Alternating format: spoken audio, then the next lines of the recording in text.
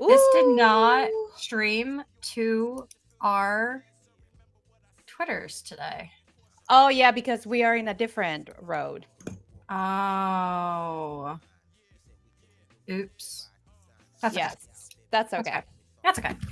Such is life, right? Like it just seems to be the timeline sentiment of like, such is life. It is what it is. Like, that's where we're at today. I know. But it's still a great morning. We're still here in the arena. So welcome to Arena Mode. We are definitely, where all the worlds in Web3 collide together. Today we're stepping into a new kind of space, literally, because we're gonna be with the Haps family. They are redefining how people are, hanging out, partying, and connecting in this 3D virtual world. So I'm super excited to learn a little bit more about this project and definitely speak with the visionary himself, Russ, in the arena. Yes. And if you ever wish Twitter Spaces, Discord, and Fortnite had a baby that could dance and host a conference, then this is it. We're talking about the future of digital social spaces. Say that 3 times fast. With the team behind Hubs on Somnia Network, which, Somnia is a little bit different than what we normally do. I mean, I feel like we're very arena, avalanche, focus. So hearing about Somnia today, a different network, maybe something that we're not used to hearing a new idea that we aren't used to hearing. I'm really excited to get into this conversation today. So can I chime in? No, thank you for having me. This is incredibly exciting. We got to talk a little bit before jumping on, and I think we have a lot of commonalities we can explore. Excited to dig deep into the why behind the what, and just whatever you want to know. I'm an open book. Awesome. So, while we start, this amazing space, I want to invite everyone to go and share this post, share this space so we can get more views and actually more people can learn more about the builders in Web3. Russ, before we dive into the whole metaverse side, I really want to know how you feel, how you are today. What has you inspired and still inspired today? Oh, I was gonna say, like, I didn't sleep as much as I'd like to last night. So if there's bags under my eyes, that's why. So a little tired, but I'm happy and energized. I think you guys energized me up a bit. Yeah, well, I don't even know what the question was. Was it the how you feel? How I feel in the bearish well, vibes. See, I don't do the trading, so I stay emotionally detached. I get time dilation if dope. I trade. And Same. so it's just amplified gambling, especially if you're doing the options and stuff like that. So I tend to stay detached. So the markets always surprise me. It's when VCs are depressed when I know that things are bad. So, Yep. but I'm good, irregardless of how things look. We're just building for the sake of. I'm here for the tech, and I say that back when it meant something. I actually stuck around because of the tech. So yeah, I'm doing great because we're building things that hopefully everyone enjoys, and I get to do that every day, which is exciting and rare. So bullish. So good. I'm great. I'm doing really good. Thank you for asking. No, I mean it's so funny because usually when you start, in this podcast world, people don't tend to ask how you are. How I you know. doing? Yeah. Yeah. Get to like, oh, so tell us about yourself. Give us a little bit of an intro. And I just like I want to break that common factor, and kind of bring like, a more friendly aspect of it. Because I feel like we are all in this different type of community. Web3 has like this horizon where it allows you to connect in such a different way. And founder to founder, or even like user to founder, it's like more connected emotionally. I feel it allows you to do that. So I love to have these spaces where we get to interact all together, just like we do IRL. It's so funny. So I see that you actually have like participated in this space for a very long time. Actually, before we started the this round, we were talking about what you were doing before, and I really want to know the origin story of Russ as a builder in the space. Oh wow. Tell us about it, and don't worry, like if you rumble a lot, we will rumble with you. Yeah. Yeah. So I'm very passion driven. I think that's the only time that I can stick around, or I guess keep going with anything. If I don't have like a really deep roots of passion, I just, as I've learned about myself, it doesn't work. I can't do things that I don't believe in. But then 2017, I got really excited about the concept of digital ownership and things. And it wasn't even actually in Web3 yet. It was almost like I was primed to be excited about collectibles and things because I was looking into and fascinated by video games like Entropia Universe, open world, spaceship exploration. Somebody bought a planet in this game for like a couple 100,000 and fractionalized it and was making millions annually, which made no sense to me. And it's all on a centralized server. But it was crazy, all these different stories of people making money doing things that I deem fun and you would normally never get paid to do. And then I downloaded Trust Wallet, right? So I had a buddy tell me about crypto, got Trust Wallet.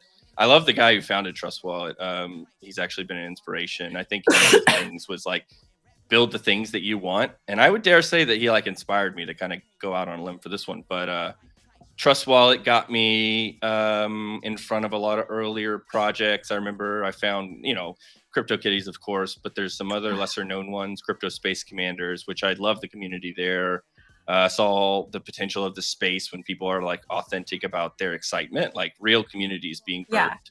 And it was early enough where even OpenSea was asking for beta testers. Like, so founders were always like a message away, right? And it was sad when things popped off in 2021 and all my friends were too cool for me, but that's, I'm getting ahead of myself. But I was like, it was truly, people were there because they genuinely wanted to be there. They were like on the bleeding edge. They saw the tech. They were like fully convicted. It wasn't like one of those marketing schemes where you were just, saying because you're trying to get something. They were truly believing what they were saying. And so that was interesting and fun to be a part of. And I don't know, Axie Infinities. I built some third-party stuff for them, so I do front-end development, design. What? Okay, I thought I knew you when you started talking about gaming. So me and Luana both came from gaming, and okay, blowing my mind right now. Sorry. Okay. Jiho is a good buddy of mine, he third-party stuff. So I helped with doing some stuff for them. I mean, I think it was with their community growth initiatives, Axie World, Flappy Axes, and also one more, the sushi racing. Yeah, I remember that. So it was funny because I mean I don't think I have like crazy awesome skills, but I do like I can design and code at the same time, and that was before AI, so it was pretty dope. But that was such a niche skill in the arena that a lot of people were, or in Web3. So I was a hot commodity for a while. It felt really cool, tossed around a lot, and then I could like upsell my time, which I probably should have done more of. So I did pretty well early in crypto. Oh, the Crypto Space Commanders. So when Pandora's box was opened was when I purchased my first spaceship in that game. I think I made like $15,000 getting in early on that one. And then they got like a IP. They got a partnership with Star Trek, right? And so everyone got super. What's the word? They speculative, right? And so I timed that one right. I guess I didn't know what I was doing. So I joined a lot of early projects. I mentioned the whole stacks. So like I kind of just decided that I didn't want to freelance as much. I wanted to, I don't know, when you're working for a company, you get to like almost relax and be an autopilot a little bit. But at the same time, they aligned with my vision and I learned a lot in the space. So stacks.org, they were Blockstack at the time, worked with them for a year and a half, got me really jazzed up about privacy, encrypted data, the way that they treated your data, like essentially everything, like so how your password is encrypted, they treated all of your data like that. And they would talk about how in the future you'd be able to like unplug from one social media with your data and plug into another. And I'm like, I love that. And so that really instilled a lot in me. Like, I don't even know how I had a seat at that table. All Ivy League type schooling. I genuinely feel like I got a little bit of a polish. And then, really loved growing their community, onboarding developers, building their ecosystem. But they didn't have any like stickiness, which I felt really came into play with collectibles and NFTs. They didn't believe me at the time. And so in this weird interim of disbelief, someone hit me up to join Terra Virtua. And that was the platform that is all NFTs, all IP, all, the things that I was really googly-eyed about. So I got to join them, help with their growth. The most fun thing I did with them is their Top Gun helmet release with Paramount Pictures, which I got to kind of do the whole marketing and the even the scarcity arrangements. And it was early when not everyone was just scooping up IPs to champion. This is when they didn't know anything about the space. How many projects have you ever worked to like? I would say 20, around 20 or so. And like just over the course of since 2017, around 20, right, 20. I think I actually had to do a write-up on it, and that was the number. All of them like different sectors? I mean, mostly in the digital collectibles arena. That's where I tried to stay into. A few casinos. I can't even name drop those, though. I shouldn't have said that. I didn't gamble. Anyway, there was a lot of anonymous gigs. I will say Anons are way better at paying than anyone I've worked with a regular contract. But you just don't know where the money comes from, so that's weird. But you have to be okay with it, I guess. I'm oversharing. Please cut me off.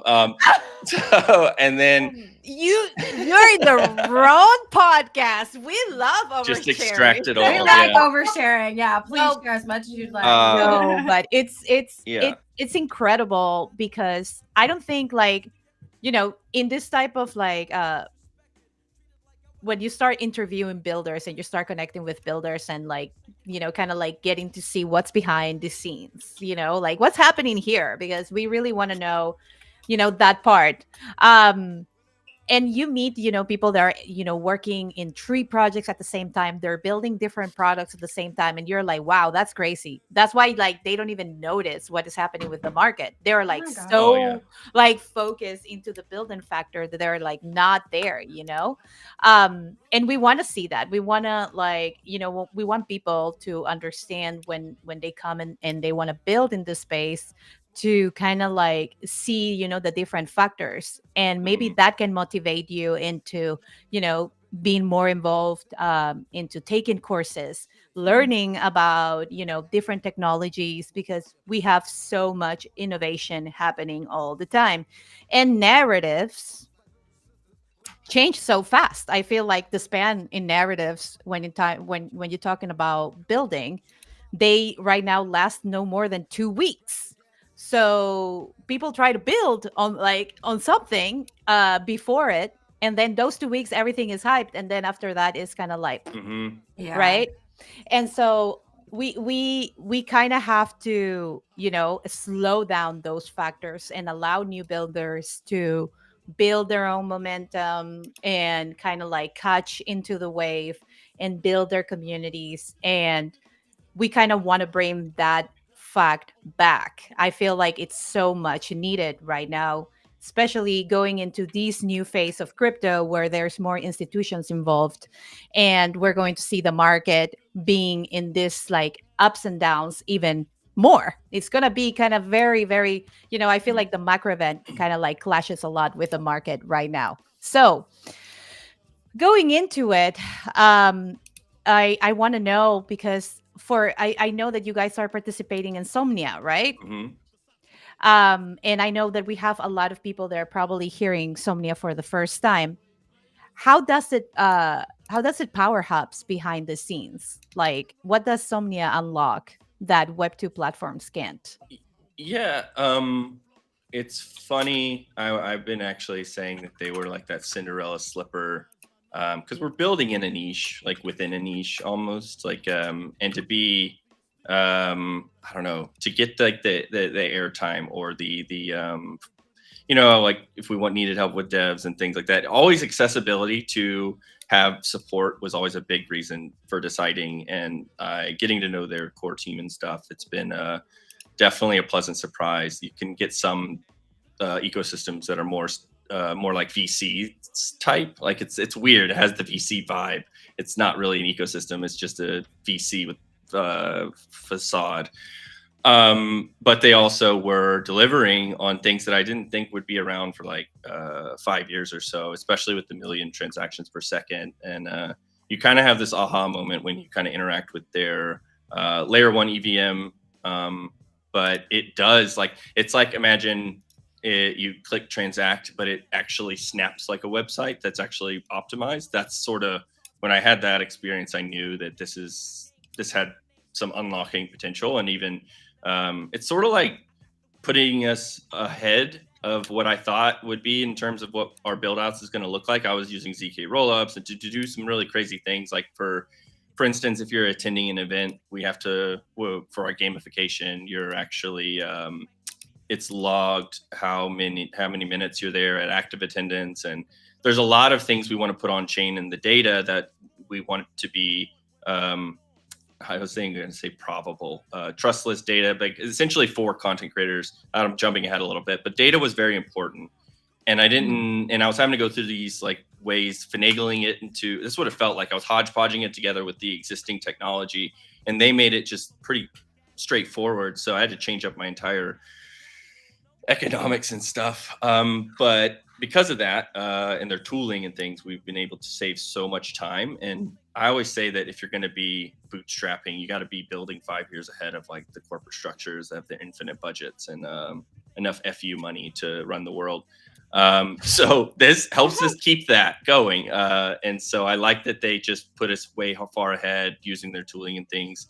I'm just to try out the 1 million transactions per second. Like, actually, it's one of those things where you have to, like, until you experience it, you're like, oh crap, man, this could be huge. It's similar to like what I had when I did base, when base was so fast, but it's like take base and then give it a little more jet fuel. That's like kind of it's like exactly a Web2 experience in essence. And I'll stop at this one, which fascinated me beyond all reason, is the way that they sort of champion this idea, and even who created it with them probable and stuff. But basically, think about an MMO, an open world MMO, and you have a character who has stats and things like that. He has an axe. He uses that axe to hit a tree. That tree takes damage. Your axe takes damage. Like all of that. Imagine if all that data in real time could be written on chain. Like, what sort of worlds can you build off of that? Like, that's where I think that they're tapping into something that's not even really looked at.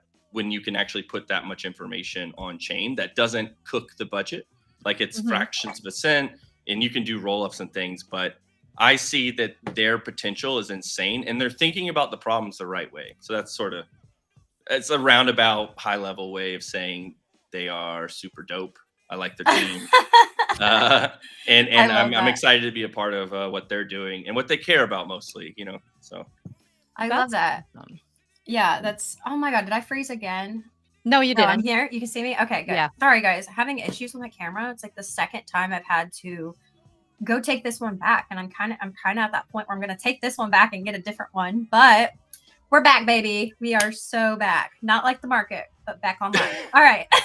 So for somebody brand new, looking into exactly what Hubs is, and if I'm saying that wrong, let me know, because I feel like there's an emphasis on the zzz, So what exactly is Hubs? Is it a social app, a gaming platform, something completely new? I'd love to hear more. So, origin story on that. I mean, I was inspired to do Hubs kind of subconsciously during the lockdown. Clubhouse hit the scene, right? When it was cool and awesome and everyone was using it, felt exclusive. Celebrities were on there. I feel like I came out of my shell a little bit using Clubhouse. I definitely didn't like talking on these formats. Kind of realized that I had a voice and I enjoyed interacting with people, that it wasn't so, I don't know. Intimidating. Yeah. I mean, I had panic attacks doing like in college presentations, like my cheek would start twitching like real bad. Yeah. But Clubhouse was cool, and it felt like you were around a campfire. And I always wondered if there was an added layer of immersion to all of that and the Web3 ethos and stuff. So that's when it started like cooking in the back of my mind.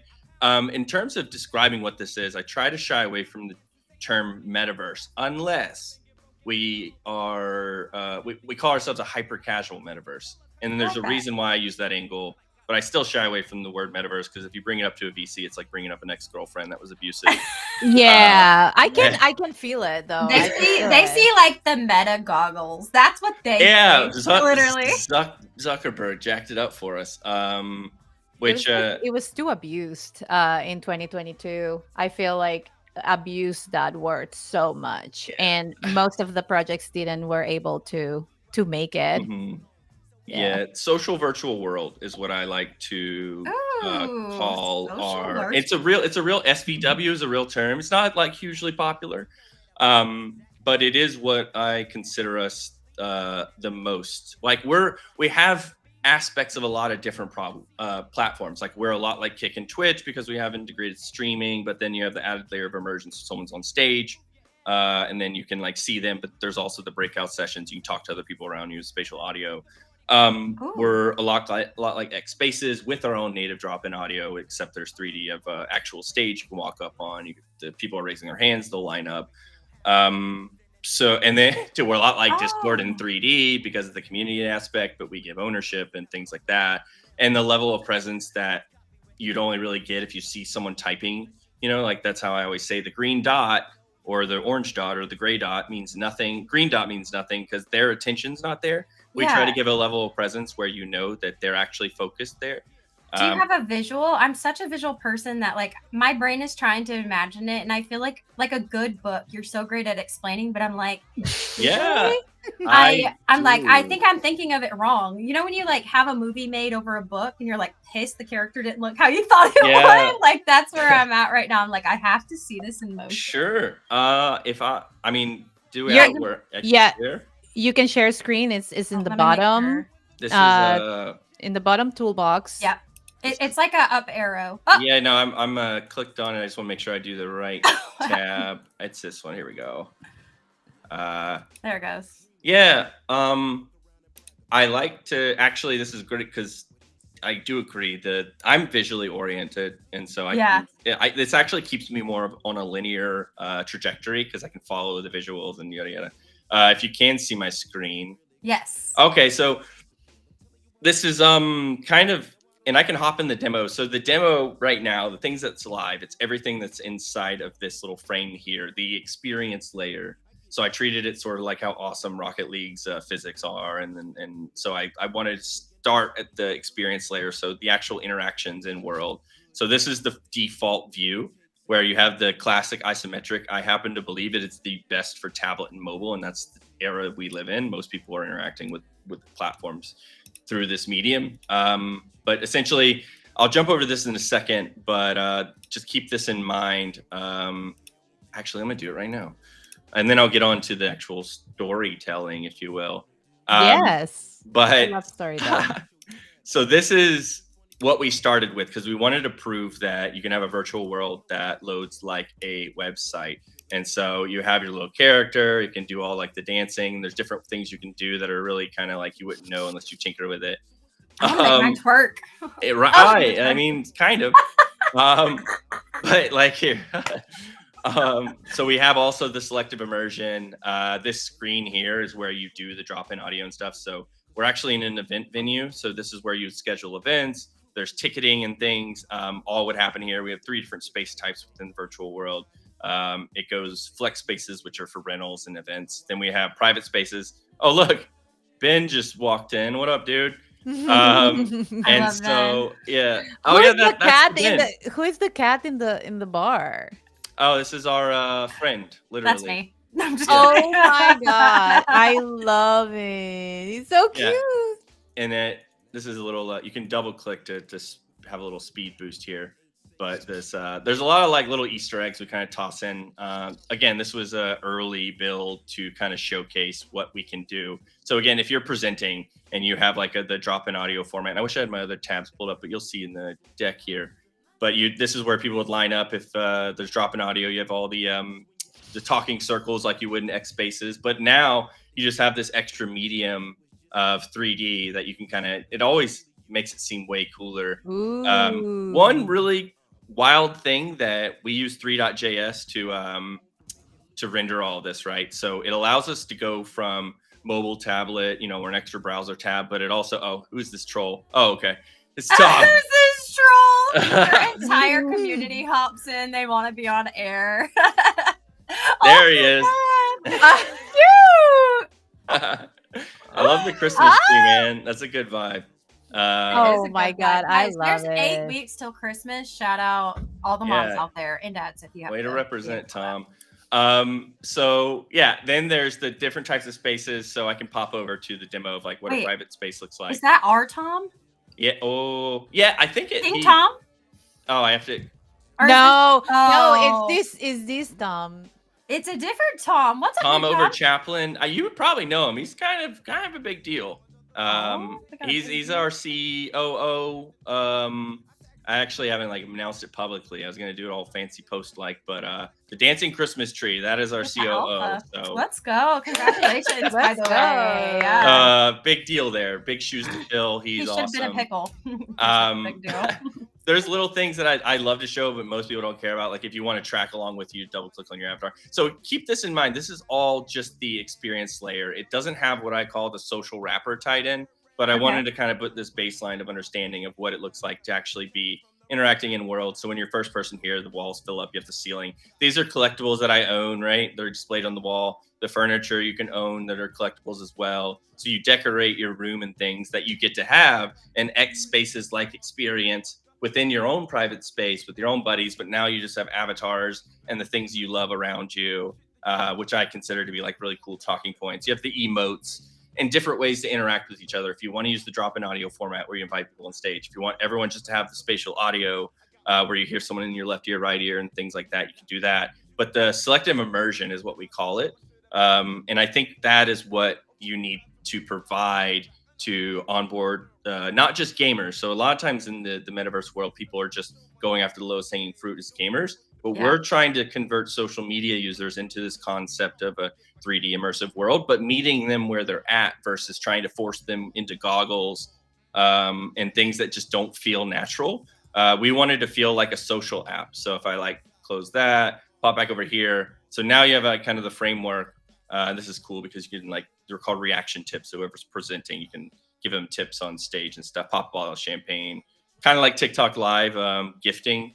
We have that. So here's the neatest thing ever is the infinite scroll that we I like scrolling. I'm that weirdo. Right. Like... So the social media, like that whole converting social media users and the 8 to 12 second attention span of people these days, it really is. You have to be fast getting people to the things they want to do quickly, right? So this Yeah. infinite scroll takes the things that you're in your wallet, so the collectibles you've picked up, what your friends have done, the events they've attended, and pretty much creates a fingerprint. So it's an algorithmic discovery that happens as you scroll, and it populates these live experiences in real time. So the community is doing a drop, your favorite creators, your whatever. Like essentially, you don't have to worry about keeping up with that red dot with a bazillion numbers in Discord anymore. We curate it in real time that you can, basically look at your phone, pop in, and make sure you're not missing out on anything.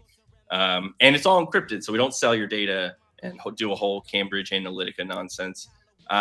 It's all stays within the platform, but you just can't compete with algorithmic discovery. I always say in 2016,